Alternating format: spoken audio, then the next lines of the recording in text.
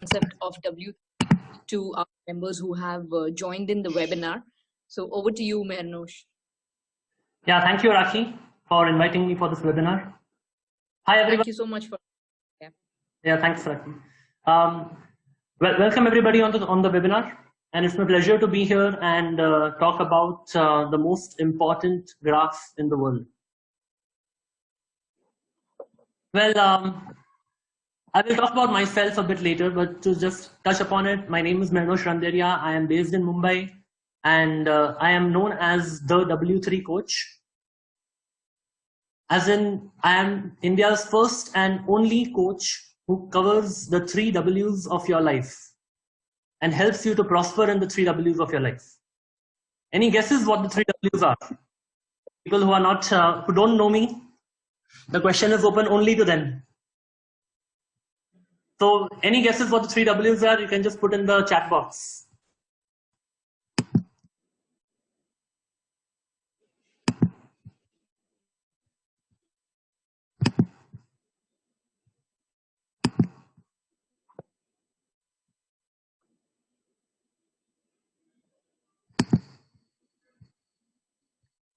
Yeah, are you able to hear me? Yes, absolutely. Yeah? Okay, so, okay, let me reveal it since I'm not getting any answers on the chat. Well, the 3 W's stand for wealth, wisdom, and wellness. So kind of aligned to our ancient Indian philosophy of Tan, Man, and Dhan. And being a finance professional by qualification and being a coach at heart, I help you to maximize or rather optimize the balanced prosperity in terms of wealth, wisdom, and wellness. Okay, I'm seeing comments saying that the video is off and can't hear anything. Can I get a quick check from all the participants that you are able to see and listen to me? Yes, I guess if we can have a show of hands, if we're being audible to everyone. Shilpa has messaged that no audio. Shilpa has messaged. Shilpa has raised her hands. Yeah, and it shows to me privately in the chat box.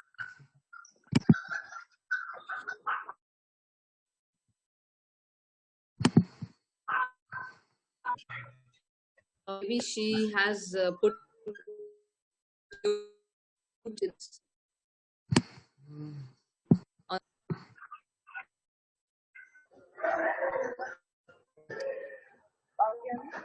Can we unmute people and ask them?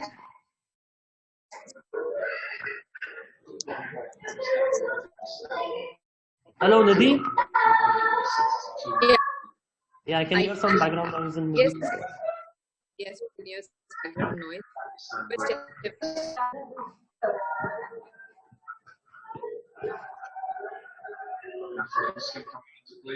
Okay, Latika says it's done. Thank you, Latika.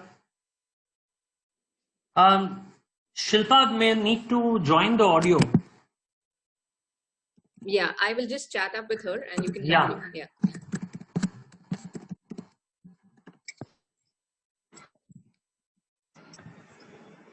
Okay. Hi, Nidhi. Hope you're able to hear me. Hi. Great. Hi. Yeah. Great. Thank you. Yes. Okay. So even the other participants who are there, Farida, Rubinas, and Veena, I don't see their audio being activated, Rakhi. So maybe you can just inform them. Yes, I will do that. Yeah.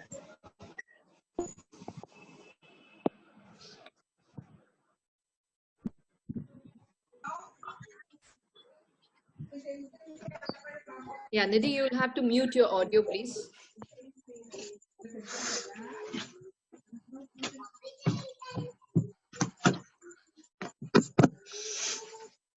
Yeah.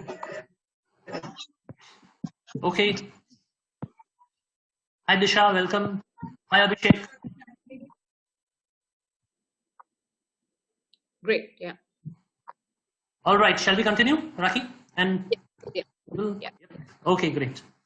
Okay, so to continue on, what is this most important graph in the world? Is this a lecture on mathematics or graphs or statistics? No. We are going to talk about the graph which matters to all of us, which is the way our mind remembers things. This is nothing but the graph of recall and patterns of memory to help you understand how the human mind or the human brain remembers or recalls whatever it learns. Most of us already know that our recall is limited to around maybe 20 to 50% in that range of whatever we learn. This is an often statement. But how does it work out? I mean, what elements of what we learn do we recall and what elements do we forget? And why does it happen? This is what we're going to see in today's webinar. So this graph was created by a person called Tony Buzan. Tony Buzan is the man who introduced the world to mind maps. We'll be talking about mind maps. We might just touch upon it later on if time permits. I'm actually certified to train on learning skills which include mind mapping, memory techniques, speed reading, and accelerated learning techniques.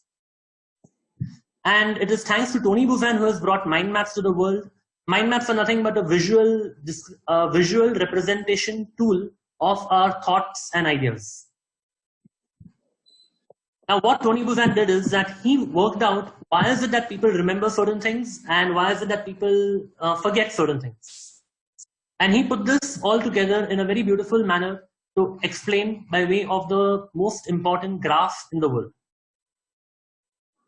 I'm sure the curiosity is now building up even more to understand what is this graph all about. So let me show you how it works. We'll show it by way of a visual depiction. Being a graph, it has to be visually depicted, by the way. So on the x-axis over here, if we were to put the time that it takes to learn anything, which means it starts with the point where learning starts and the graph ends on the x-axis ends with the point where learning ends. So this particular time element we are talking about over here, it applies to any kind of learning interaction or any kind of learning experience for that matter. Some examples of learning interaction could be like reading a book or studying a particular topic or just sitting with a chapter and just skimming through a few pages. Wherever you start till whatever point of time you end, that is the time I'm talking about over here. The examples I gave you are in context of learning and teaching, but actually this applies to anything and everything that our mind would like to absorb. Examples, let's say you're meeting somebody for the first time. You have that brief span of introduction, maybe in a networking meeting or in a group meeting, and you are introducing yourself, that person is introducing himself or herself, you're getting connected. Now, that period during which you are with that person, that itself is also a learning interaction. So then the time here is the time that you start meeting the person till the time that you say goodbye and see you again next time. That is the time we are talking about. It could even mean a whole day of learning. So if it's a classroom session, right from the beginning till the end, or if it's a semester for that matter, what you learned in the beginning of the semester till what you learned till the end of the semester. So learning period we are talking about, depending on that learning interaction, could vary from a few seconds to an entire lifetime of learning. So that's about the x-axis. On the y-axis, we are going to cover the amount of information that we recall after the learning has ended. Please note this. It's the amount of information that we recall after the learning has ended. So what do we recall from the learning during the time that we have done the learning? After the learning has ended, that is what will show in this particular graph. Okay. So now, before I come to the graph, I would like to demonstrate this with a quick activity, a quick exercise. It's going to be a test of your memory. So I'll be saying a few words now, which would be quite random. And I want you all to remember it. So it goes without saying that you will not write it down or use any other kind of technique so that you will recall better. So even if you have already learned some certain memory techniques, the point here is that please do not use them. Because the purpose of this is not to test those memory techniques of yours, but it is to test how your brain works in a natural manner. So if this information is just thrown at you randomly, then after this information is completely given to you, from that point of time, how much are you able to recall? That's the test of it. Okay, so everyone ready? Can we just see a show of tick marks on the screen?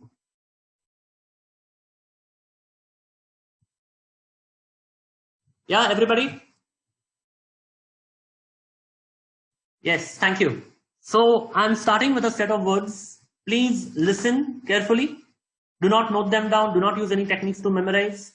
And later on, I'll ask you a few questions around what you have heard. Starting now. Building, apartment, floor, tile, wall, glass, ceiling, roof, sky, sun, night, but, for, then, but, for, then, book, game, Amitabh Bachchan, but, for, then, jungle, lion, cheetah, orange, mango, and now last few words, kitchen, knife, table, chair. Okay, so these were the words. Now let's see who remembers what. All right, I want you all to participate by answering to my questions. You can answer in the chat box, or even Zoom platform has a capability of you giving a tick mark or raising your hand. So right now, if you have raised your hand, please lower your hand. Yeah, and please lower your hands right now. And when I ask you questions, I would like you to raise the hand. Do not give the answers, just raise your hand. My first question to you. How many of y'all remember almost all the words that I mentioned?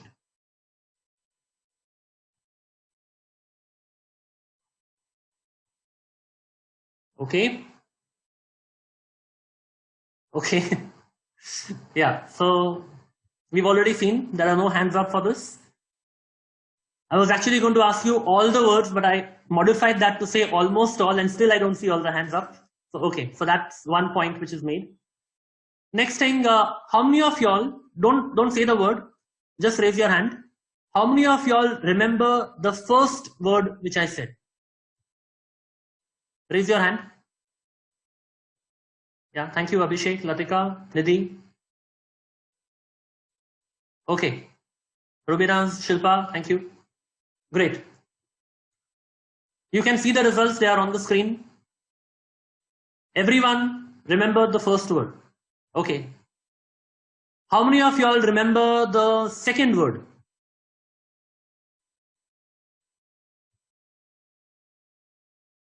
Okay, thank you. Third word.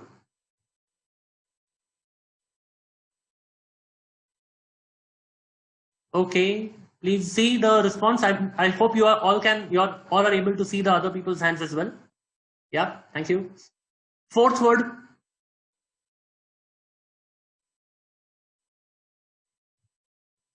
Fifth word.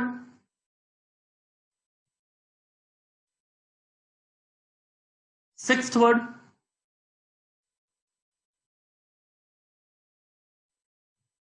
Yeah, Shilpa, good point. We will analyze all of that. Seventh word. And raise your hand only if you're certainly 100% sure that, yeah, this was the seventh word. Okay, good. Eighth word. Ninth word. Great. Look at the screen. Thank you, Latika. So, the thing is that what is presented to you at the beginning of the learning session is something that is the most memorable, something that has the highest ability to be recalled. Okay, let me ask you some question again. How many of y'all remember the last word which I said? The very last word.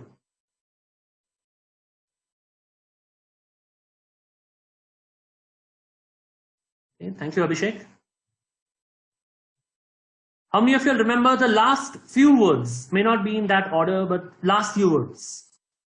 The set of last few words. Yeah. Thank you.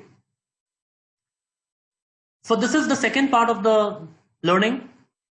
We remember the most what we are learning at the beginning of the time period. And that's where the words that I said initially had a greater recall. And then as the period elapses, the recall drops. How many of you all remember the words which were said in the center?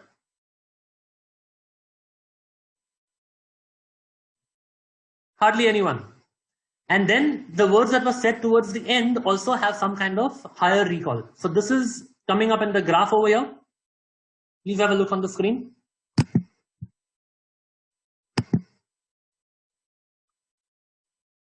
This is what happens during that learning interaction. What we learned in the beginning is remembered the most, and that is called as the primacy effect. And what we learn at the end also has a higher recall, but relatively lower than the primacy effect. This is called the recency effect.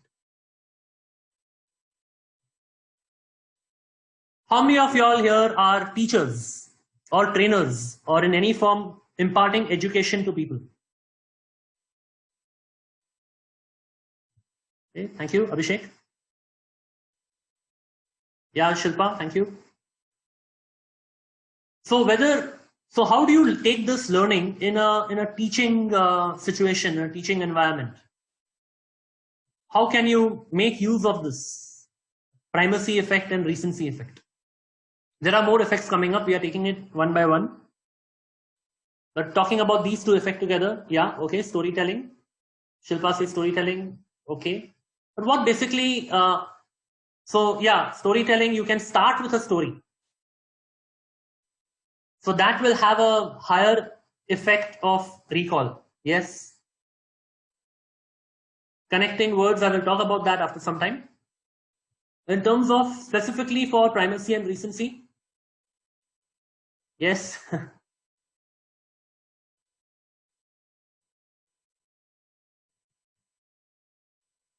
Any thoughts on specific use of primacy and recency? Word train. Abhishek, can you explain a bit more about word train? Thank you, Shilpa.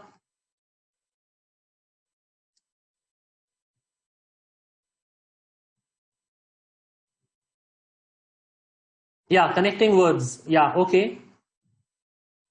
Words beginning with the same letter. Yeah, yes. So primacy and recency is something which is not always in your control. Because we are talking about in terms of we are talking about this in terms of the time that is taken in a learning interaction. Let's say you have a learning session which goes on at a stretch for 50 minutes or 90 minutes or sometimes even for the full day. Does that mean that primacy effect means that what you said at the beginning of the day can be remembered the most and only what you said at the end of the day can be remembered the most? What happens in between? So here's the secret and the takeaway in terms of applying this learning. You can, to whatever extent possible, maximize the primacy effect and recency effect by having shorter learning interactions or teaching experiences. And how to do that? How to do that? Let's say you have a full day of training. How can you maximize your primacy and recency points? Anyone?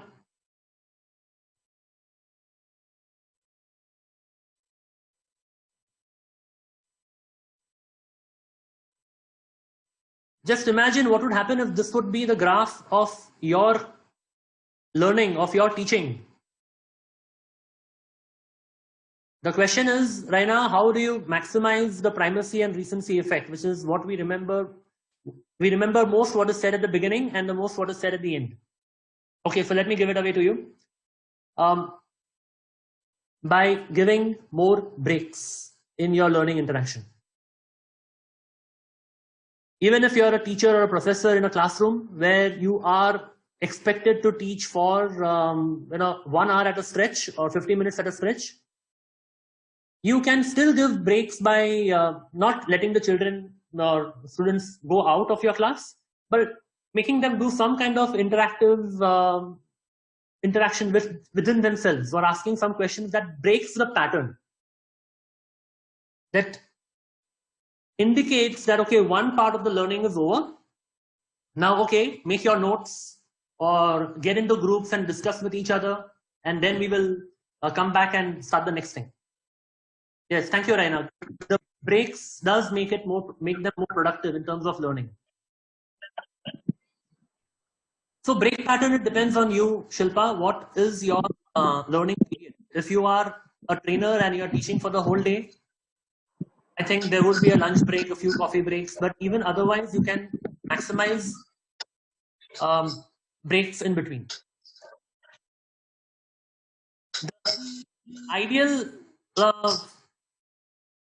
stretch of learning is said to be around 90 minutes.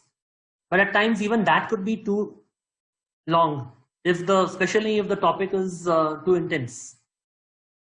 So figure your own ways of giving students a break from what they are learning. Just try to break the monotony of the pattern of learning so that they are fresh and back for the next learning. Okay? Now let's continue. I would like you to again recall the words which I said earlier. Yeah, 40 minutes is also fine, Shilpa. Whatever works for you, so depending on your topic. Yeah, Pomodoro technique is devised on that. Yeah, Raina. Okay.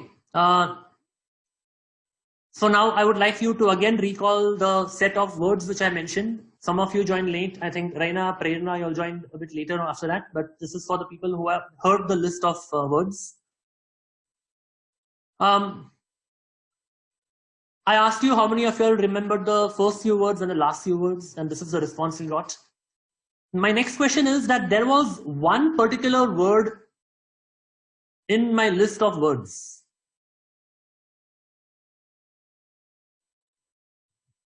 which I'm sure most of you would have remembered. Which one was that? You can mention the word in the chat box. Yes, Rakhi got it. Amitabh Bachchan. Now, I just told you, yeah, Abhishek will come to but now then as well, but I said one particular word. I just told you that we remember the most what is told at the beginning and what is told at the end. Amitabh Bachchan was somewhere in the middle. Does this mean that this effect is not working of recency and privacy? And how do you remember Amitabh Bachchan of all the other words that were said? Yes? What do you think? It was the odd one out. He's popular. Okay. What else? It clicked me. Okay. He's credible. Okay. Yeah, Raina. But it's a set of words. Raina, you missed the words. I said around 30, 40 words in the beginning. And one of the words in between was Amitabh Bachchan. And how come people remember that? So here's the point. We remember something which stands out, which may not necessarily fit into what was said initially or at the end, but it really stands out from the difference, from the rest of the words. As you can see on the screen over here, something in the middle. In fact, this can be an exception to the fact of the primacy effect having the highest recall. What stands out can have an even higher recall than a primacy or a recency. Yes, stands out. So it is like exceptional. It is out of the blue, not expected. I was saying some random words. They were either some nouns or some prepositions that I was using. But here comes a proper noun, a person who you all have some kind of imagination or recall about. That picture comes to your mind. Yeah, not expected. So that is what is the effect of imagination. It is also called the von Restorff effect, named after the famous philosophian or the psychologist called von Restorff. He came up with this point that if you want something to have a higher recall, then make sure it stands out from the rest of the stuff that you're teaching. The other part of imagination is also being able to connect with the senses. When I said Amitabh Bachchan, what happened to you suddenly when you were listening to the words? Some of you either saw a picture of Amitabh Bachchan in your mind, and you saw a picture, again, that may not have been the same. Some of you may have seen him in his current avatar of the old man. Some of you may have seen him in the angry young man role, depending on whatever you connected about him. Isn't it? So it's connecting with your visual senses. Some of you may have connected with his baritone voice when that word came up. So it connects to your auditory senses. Or some of you may have a certain feeling for him that, yeah, he really stands out, he may be your role model. So it connects with your 5 senses. And it stands out separately. That's why it has a higher recall. So how do you apply the imagination effect in your teaching? Or the visual effect? And here is what Shilpa said earlier. Mind maps. Having something which is visually outstanding. Using role plays, doing some kind of drama, something that really stands out different from the routine that you are teaching. Routine in the sense the topic may be routine. You may be teaching maths, you may be teaching history. But if you're talking about Shivaji and you do a kind of a skit over there to demonstrate how Shivaji conquered Afzal Khan, there it really stands out. The person, when the student is writing in his papers also, it will just be a higher recall. So see how you can bring in these effects in your teaching as well. Yes, connecting the 5 senses in any which way. Yes, triggering your senses basically. Okay, next effect. Now my next question from the words that I mentioned. There were certain words that stood out, but they were not very extraordinary. It was not like Amitabh Bachchan. They were like very common, normal words, but you will remember those. Why? Which were those words? Yes, Rakhi. But, for, then. Nothing extraordinary about it. They are just simple. Yes. What makes them higher in recall is repetition. Something that gets repeated during the learning interaction gets the benefit of a higher recall. And repetition also gets associated with whatever you think is happening at that point. When I was saying a list of words, I was talking about certain nouns initially. And then I came up with but, for, then. But, for, then. I even repeated it. So what happened in your mind when I first time said but, and then I said for, and then I said then? You associated it with something or the other. Some examples here. Someone could have associated it with, here some pattern is getting broken. Yeah, initially it was following a pattern of a room, and now suddenly and so there were some words, yeah, conjunction came up. A noun was there, suddenly a conjunction came up. What's happening? Then a repetition came up, so you associated it with being repeated. And again, for a third time, it got repeated later on as well when I said but, for, then. So whatever you are able to associate with something or the other and gets repeated also has a higher recall. Okay, these are 4 effects. There are 3 more that we are going to talk about quickly. I'm going to ask you a few questions. How many of you, or let me say a few words. I want you all to raise your hand if that word was there in the list. Yeah, thank you, Shilpa. Yes, Rubinas.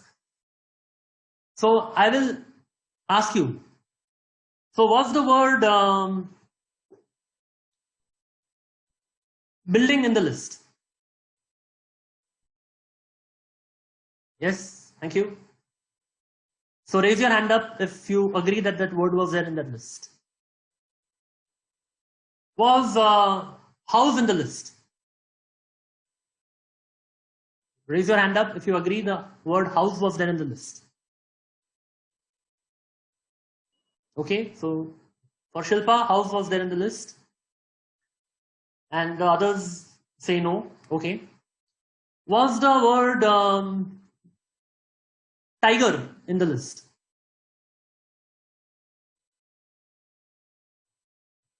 No.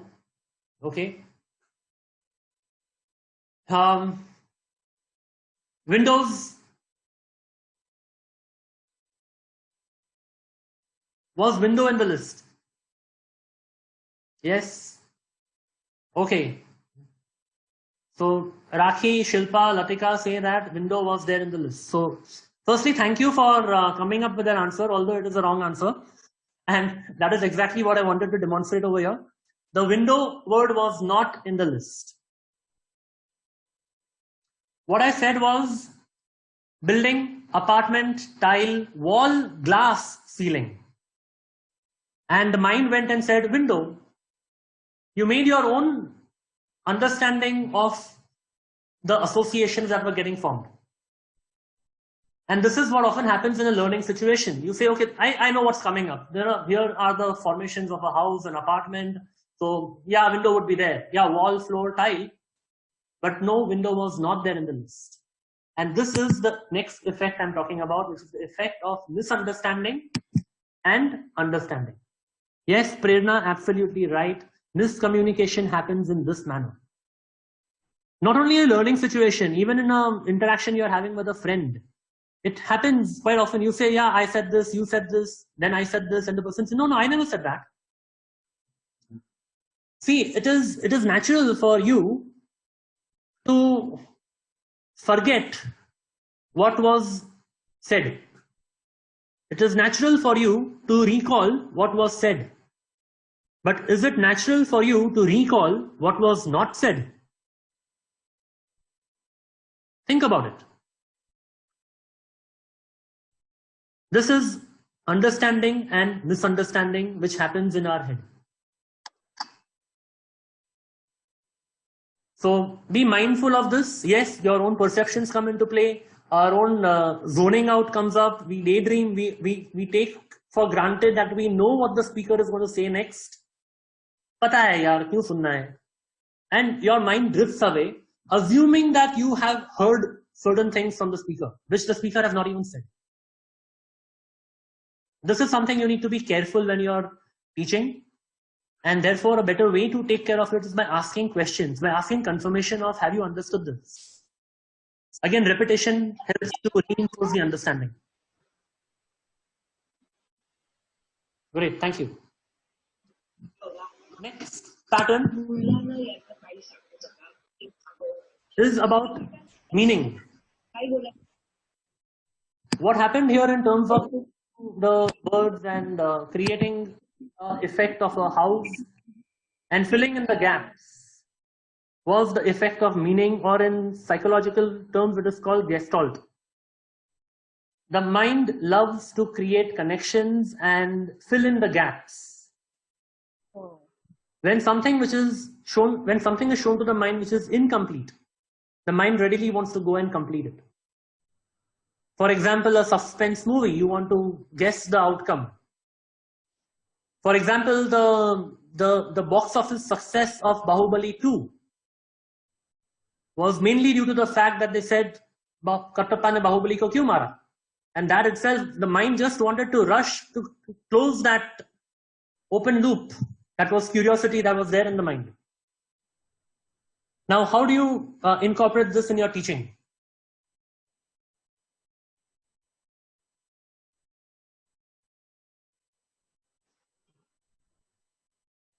Any thoughts? In teaching, training, what do you do? How do you incorporate the effect of meaning?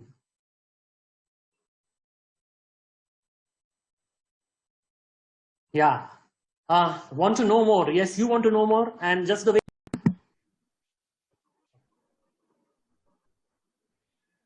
All right, we all back? Yeah. Can I continue? Yes. Yeah, it was, we were talking about the curiosity, and the curiosity killed the cat. No, actually, this created the curiosity for the next thing here. And everybody was like waiting for you to go ahead. Yeah. So the Bahubali effect got created. And welcome to part 2. Yeah. Yeah. Okay, so are you all able to see the screen? Yeah. Yeah, great. Okay, so we were talking about the effect of meaning, or gestalt, which is, if you give anything which is incomplete to the brain just wants to go ahead and complete it, or it will create curiosity about what happened and how to further go ahead and to learn more, to complete what was said. So how do you use this in your teaching, in your training? What can you do?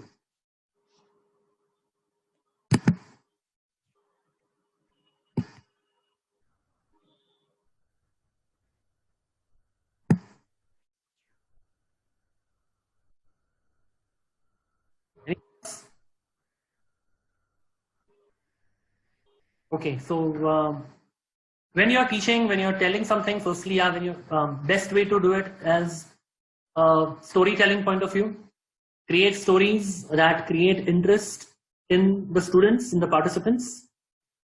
And even when you're telling stories, do not rush to the next scene to tell the next scene. Go step by step, ask them, okay, so this is the situation. What do you think? What would have happened now? Allow them to think and allow them to complete the loop.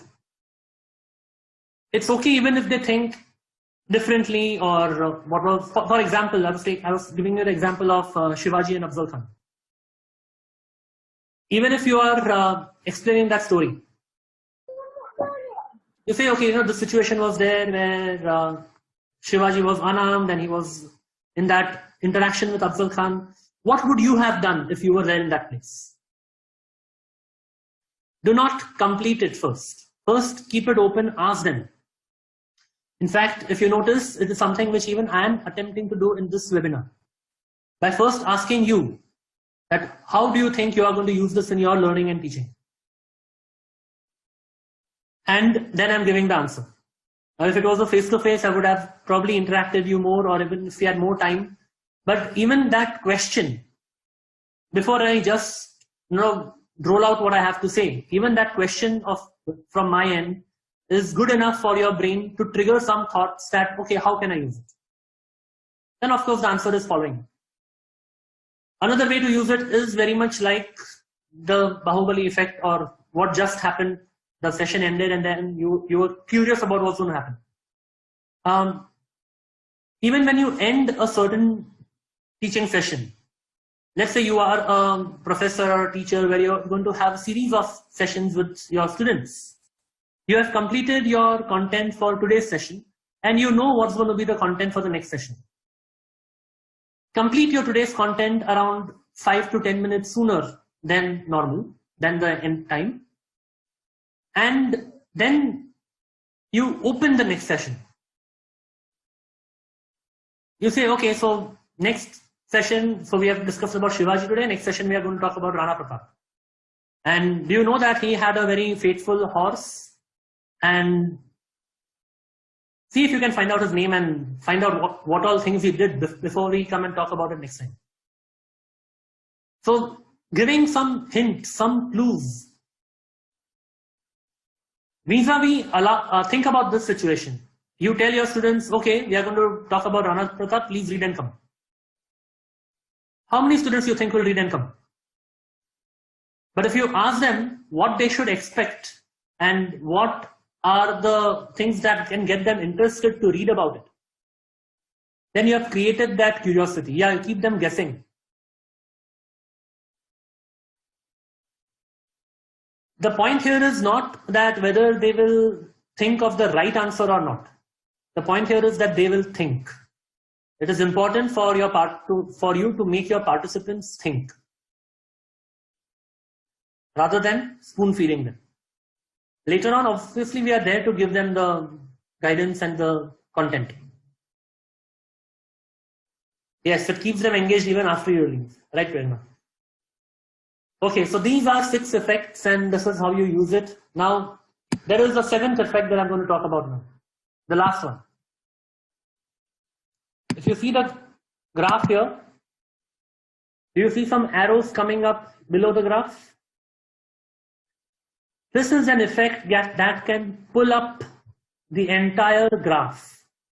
It can enhance the complete recall of whatever was said during the entire learning period. And this is the effect of interest. When you have interest in a particular subject, you will go out of your way to learn it, to understand it better, ask more questions, and get to the crux of it. Oh. Right? And if you don't have interest in something, then what will happen? It will take double, triple, maybe 10 times the time that it will take you to understand the subject where you have interest. So arousing interest, creating interest. The methods that we spoke earlier, the effects of imagination, association, meaning, they can all help you as a teacher or a trainer to enhance the interest by enhancing curiosity, asking questions. Yes, Shilpa, I will do that by asking questions and everything. Now, apart from that, if you are learning, and if you are learning a subject which you need to learn, but let's say you are not very much interested in that subject, and for whatever reasons, for professional development, you need to learn that subject because it's part of the curriculum. Still, you can develop interest in that subject. How? Any guesses?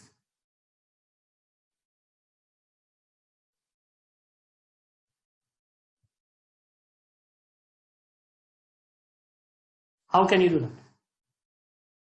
How can you create momentary interest, if at all?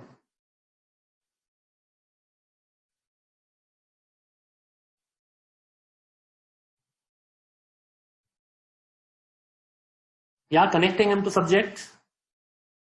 But let's say you are learning talk from your point of view as a learner. How will you create a momentary interest in your subject, which is apparently dull, dry, boring? First understand from your point of view, then figure out ways to connect it with your students also.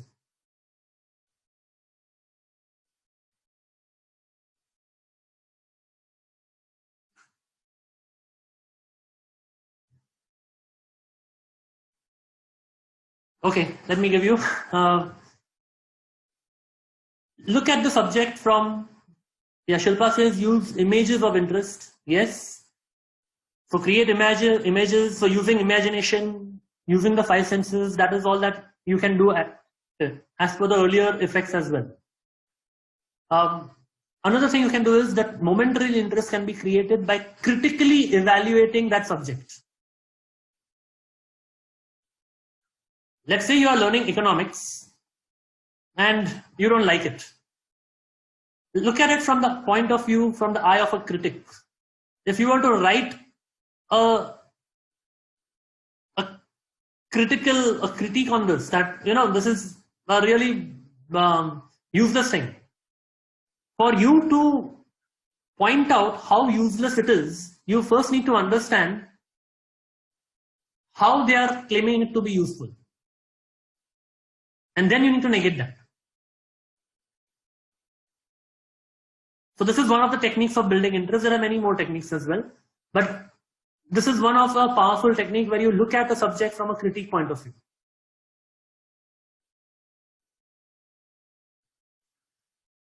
Another is that, let's say you are giving, let's talk about English grammar class. You are giving examples of nouns, verbs, adjectives, and you have created parts of speech flowchart or a mind map on the screen, and you have put what are nouns, what are verbs, what are prepositions, what are conjunctions under them. Now you have, even while doing that, maybe you have asked responses from the participants, from the students. Okay, tell me an example of a noun, a verb, and you put it on the board. After you have completed your chart, you tell the students, okay, now here's the chart, but let me tell you one thing. There are 3 mistakes in this chart. Can you point it out? Which means somewhere there is a wrong categorization, a wrong classification of a certain word under a certain category. Can you point it out? So now this process requires the students to evaluate each and every word on that board and critically examine to see why it fits in that category, so that they can say that it is wrong. And what is happening when they are going through this process mentally? They are reinforcing the learning. They're learning, okay, fine, this qualifies as a noun because it fits this criteria. It qualifies as a verb because it fits this criteria, and so on. So create that interest, and your recall graph will enhance altogether. Okay, so these are the 7 effects. I will quickly recap all the 7 effects. Is that okay? Are you all with me?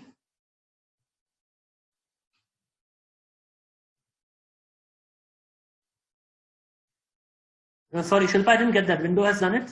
Yeah, the screen is there, but I'll just recall the 7 ones. Primacy, recency, imagination, association, understanding and misunderstanding, meaning, interest.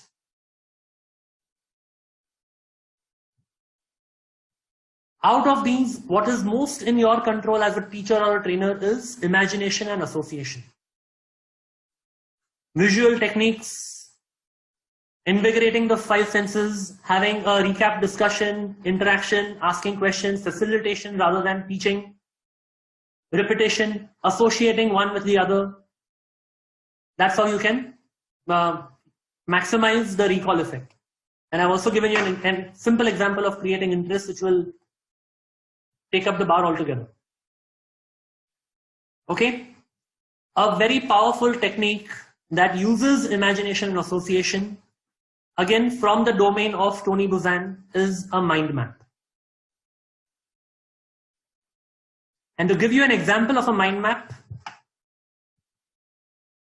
here is my introduction, which I skipped in the beginning. So that's me, Mehernosh Randeria. These are my education qualifications. Chartered accountant, cost accountant. Started off as a corporate finance professional.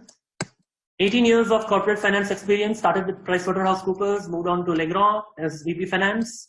Then continued my financial education. Did Masters in Financial Management from General Bajaj. Did some short courses on leadership development. Continued in the journey of corporate world. Joined Johnson Controls. Continued studying as well. ACCA, I did my IFRS diploma, then short course from ISB Hyderabad. Moved on to join Hoover Automotive, Nissan Motors as a CFO. Continued studying, did my CFP and CWM. And 5 years ago, I launched myself as a W3 coach.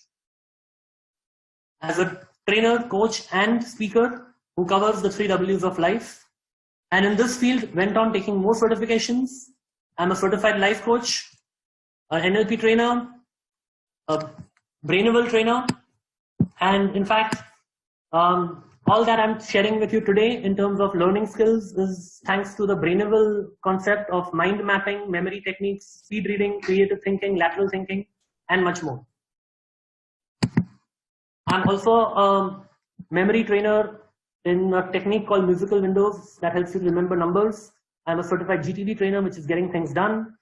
Emotional skills assessment administrator, a trainer of emotional fitness gym, and a physical fitness trainer from K11 Fitness Academy. And that's what makes me India's first and only W3 coach, which is wealth, wisdom, and wellness. And I have been doing this since last 5 years, wherein I have conducted more than 600 workshops, covering more than 4,500 participants, and across more than 12 nationalities. And that's me. So anyway, purpose is not to impress upon you who I am, but the purpose is to impress upon you the power of a mind map. If this CV was presented in a word form or even through a bullet point list PowerPoint, it would have gone into pages and slides, and by the time you're on the 7th slide, you would have forgotten what is on the first slide.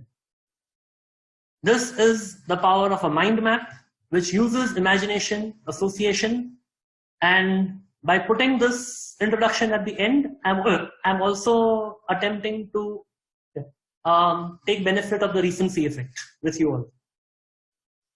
Okay, so that's it from my side. Thank you. Thank you very much. Great, Mehernosh. It was a fantastic webinar. And yes, I liked your last point of introducing yourself, where we have the recall effect. And yes, so I guess the entire 7 points which we just which you just explained would have actually taken more than an hour or two, you know, if you were to explain without using the mind map and the way you portrayed it. So it's really amazing. And as I said that, you know, at the beginning, that I'm not going to introduce you because, you know, it's really impossible for me to remember all the degrees and certificates that you have earned. So it's great. It's great the way you have introduced yourself through the mind map. It's really wonderful. I would like to thank you on behalf of THT, and it's really wonderful. And we hope to see you in an offline session or a complete 1-day session where you can actually help us out with memory techniques and details, because that is something that I think the teachers would also be interested in. Certainly. Thank you, Rakhi, Yeah. for being with you all over. And yes, thank you for this platform.